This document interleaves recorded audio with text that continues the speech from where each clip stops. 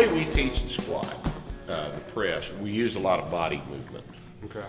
We're going to use a horizontal hip movement with locked knees to generate a little bounce out of the bottom.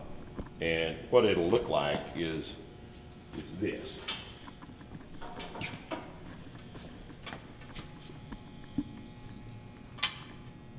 See that? In other words, I'm going to lock my knees and I'm going to squeeze my abs. I'm not going to bend the back. The hip joint is where the movement occurs. So you're going to push into the hip joint and you're going to rebound off of this tightness. This is like a drawn bow. All right, you just rebound there. And what happens is, if you've got the bar in the right place and your elbows in the right place and your armpit, your tricep and your lat are tight, squeeze my hand right there. This position is the platform that generates this bounce. Okay. So hips go forward, and they bounce off the front. So it's here. Every time there's a bounce. Now look what the bar is going to do in your hand. It's going to go down and up. The bounce is here. Must be complete. Okay. Bounce. Okay. This is a layback press. We're talking about an actual dynamic movement, just like that. Keep it close to your nose. Here's how you take a grip. All right. Most people come to the bar and they place their knuckles parallel to the bar because that seems symmetrical, right? But if you do that, what happens is, see where the bar is in my hand? It's back toward my fingers, okay? And look at all the leverage on my wrist there.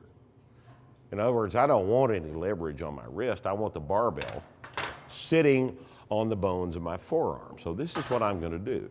I'm going to come to the bar. I'm going to select the correct grip width, which is narrow, because I want my hand as close to my shoulder as I can get it. And then I'm going to do this.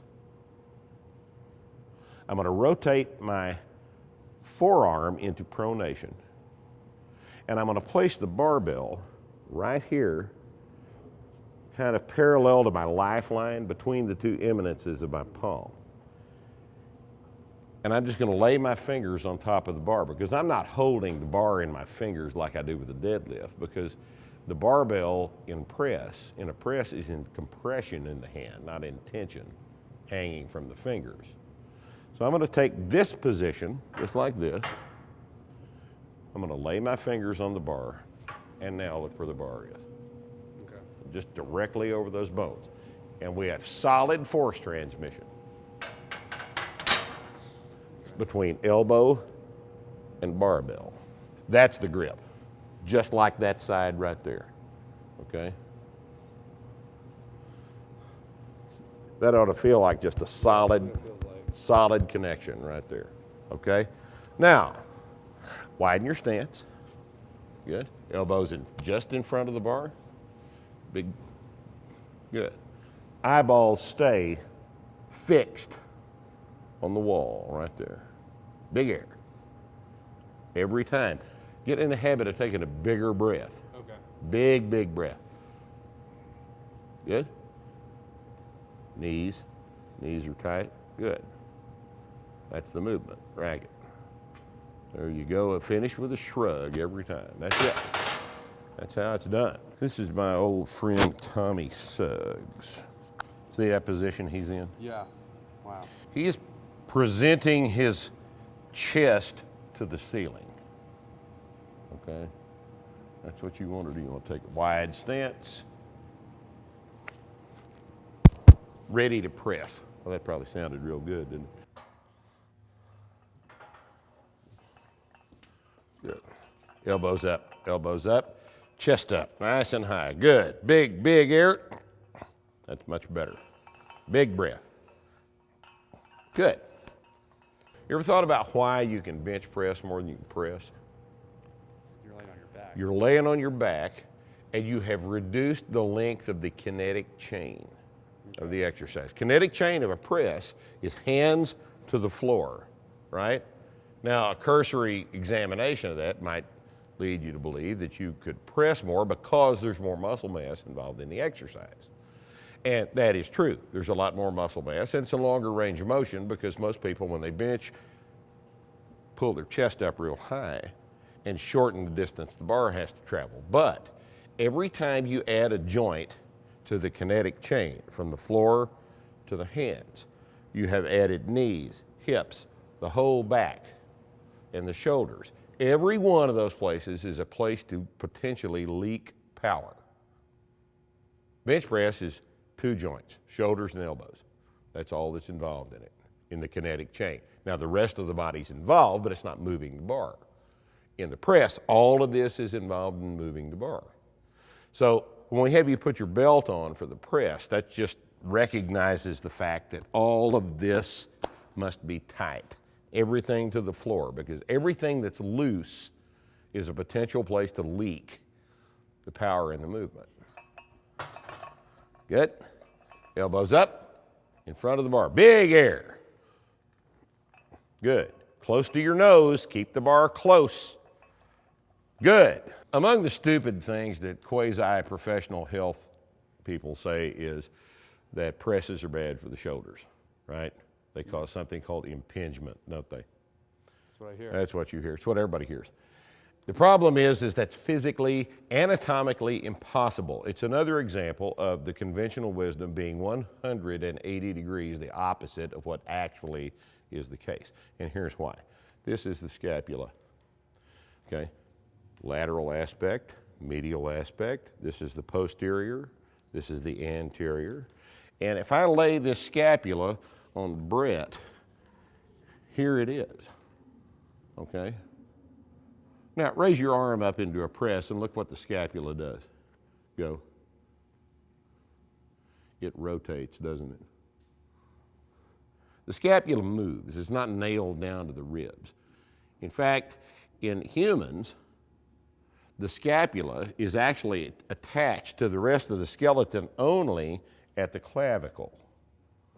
In many animals, it's not attached at all. Like your dog does not have an attached scapula. It just floats.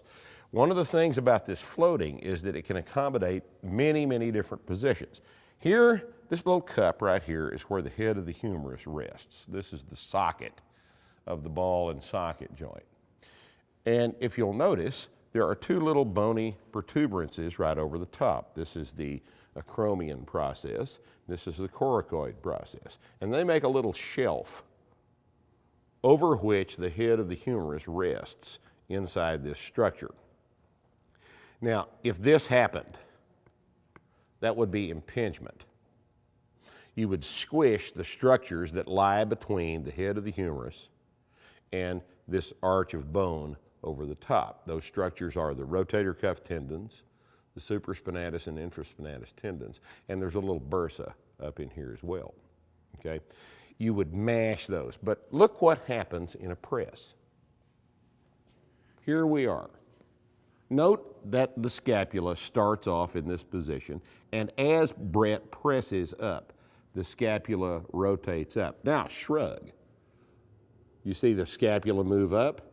It finishes an internal, medial, superior rotation, thus pulling, look at this, it pulls these bony landmarks away from the head of the humerus, so that when you finish a press with a shrug and point your scapula in this direction, these 2 bony knobs are pulled away from the head of the humerus.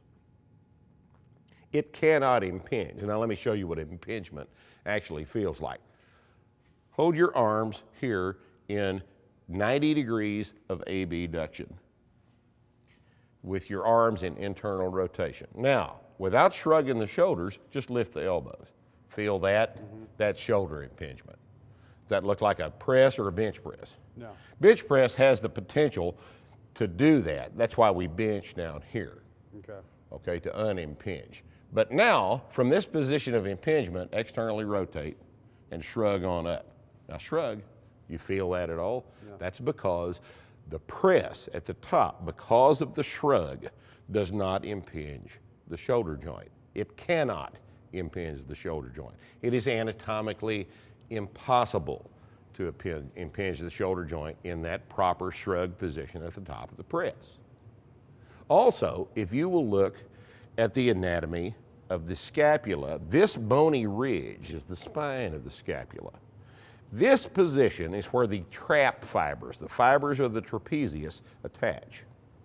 Okay? So in this position at the top of the press, traps are attached here. Arm bone, humerus, comes out of here vertically, forearms on top of that, bars on top of that. Traps are attached here. So traps support the scapula in the press, and therefore the traps hold up the bar in the scapula. And when we tell you to shrug at the top of the press, we are just reinforcing the function, the anatomical function of the trap at the top of the press. And that's why you shrug. That's why you shrug. You unimpinge when you shrug, and you support the barbell when you shrug. So always finish the press with a shrug. Okay.